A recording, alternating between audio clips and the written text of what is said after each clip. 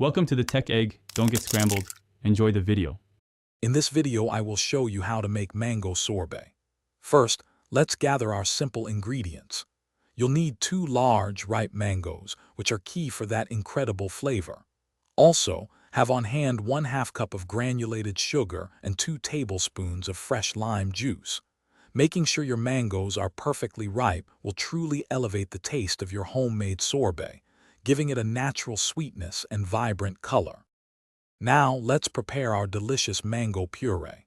Carefully peel your 2 ripe mangoes and then dice the flesh into small, manageable pieces. Transfer these pieces to a blender. Add the 2 tablespoons of fresh lime juice, which brightens the flavor, and 1/2 cup of granulated sugar. Blend everything until you achieve a perfectly smooth and creamy consistency, ensuring no lumps remain for the best sorbet texture. With your mango mixture now perfectly smooth and chilled, it's time for the exciting churning process. Pour the entire mixture into your ice cream maker, following its specific instructions. Allow it to churn for approximately 20 to 25 minutes.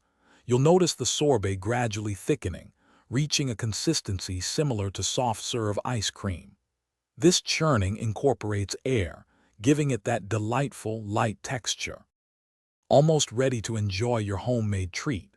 Once churned, carefully transfer the soft sorbet into an airtight container. Place the container in your freezer for at least 4 hours. This crucial step allows the sorbet to firm up completely, developing that perfect scoopable texture. When you're ready, scoop and serve immediately for a wonderfully refreshing and naturally sweet dessert that everyone will love. Thanks for watching. Consider subscribing if I helped unscramble your problems.